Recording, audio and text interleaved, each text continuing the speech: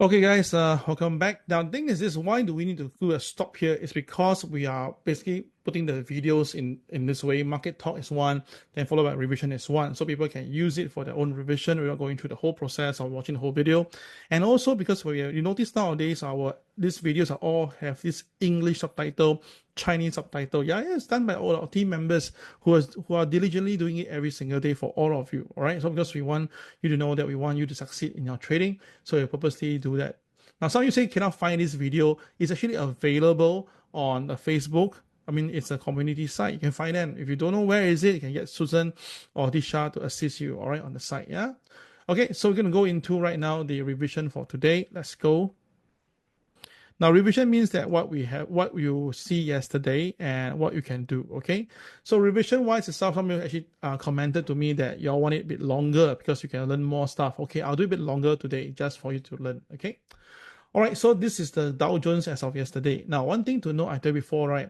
When the KSI is red in color, usually I'll do one simple thing. What I'll do is that if the market goes below OP, definitely I'll sell a bit more.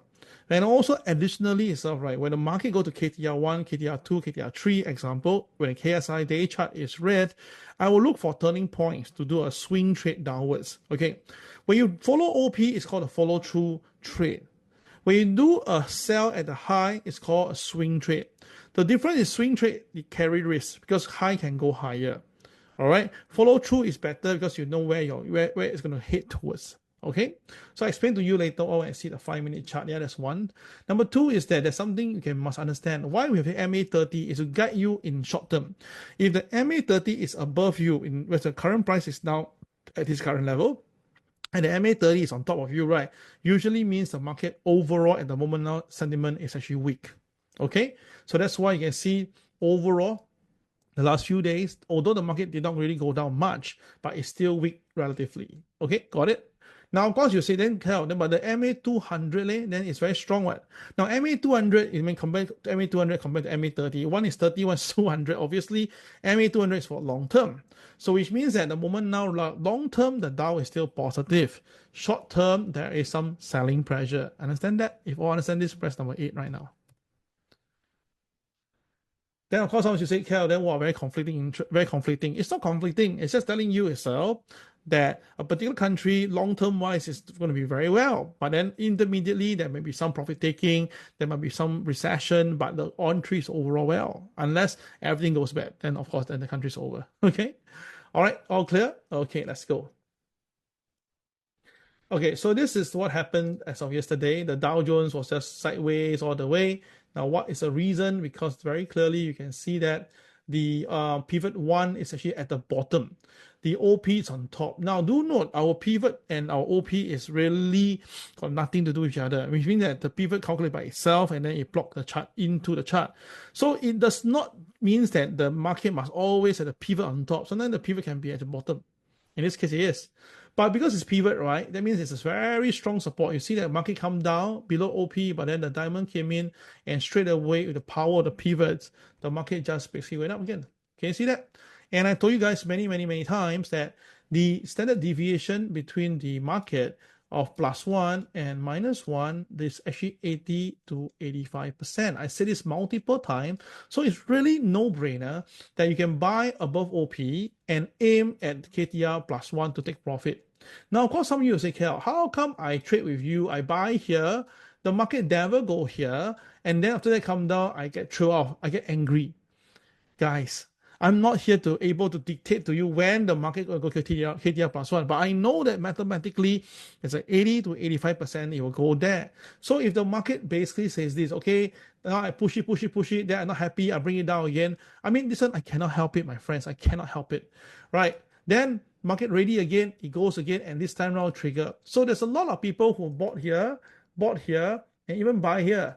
And then they were expecting to see profit. Then the next one, the market go down. Then they say that, oh, Kel, the system is not good enough. Kel, I'm unlucky. Kel, I don't know trade.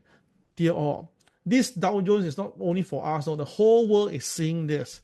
Whole world, entire world.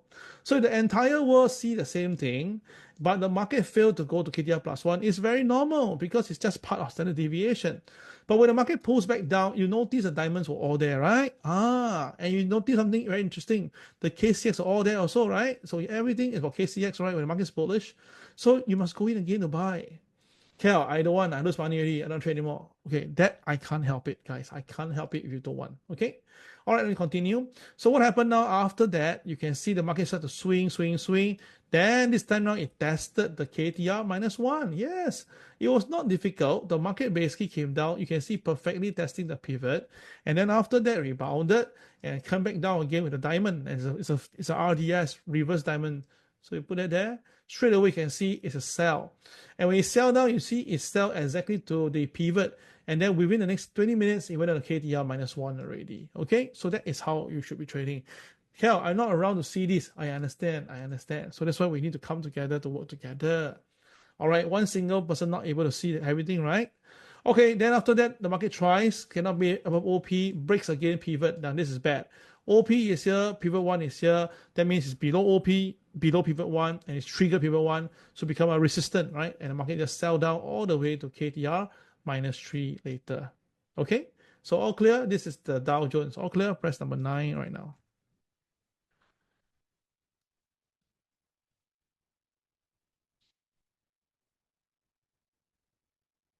Okay, so moving on, you can see this is the Dow Jones chart, right? You can see there's a lot of failed diamond RDS trades. Okay, now RDS trade means that the market is supposed to go up but didn't go up. Then what happened? How can you counter it?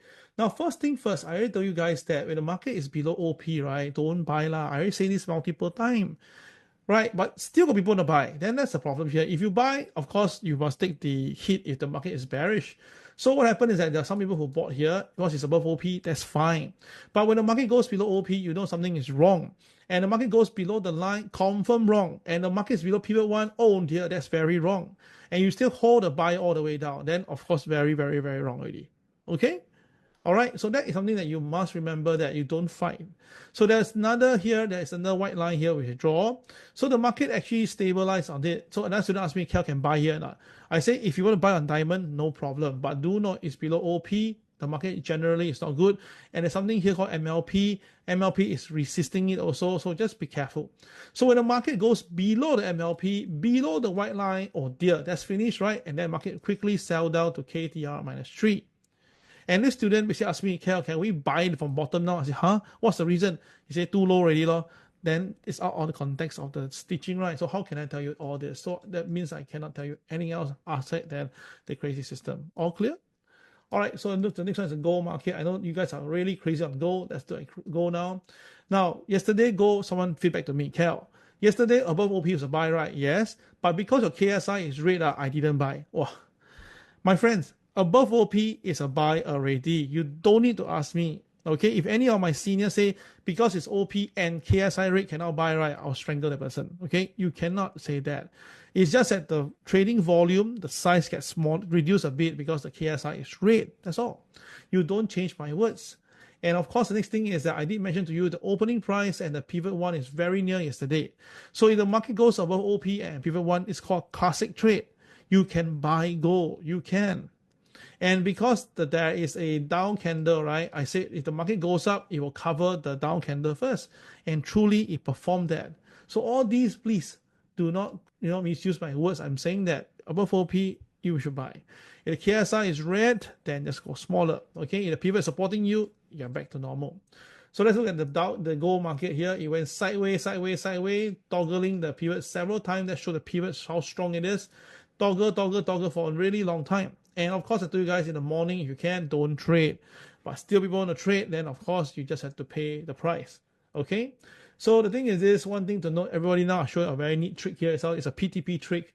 See, everybody now, do me a favor, look at the left side of the screen. Okay, take your finger, your index finger in your thumb, and then you just touch the body of the candle. Touch the body.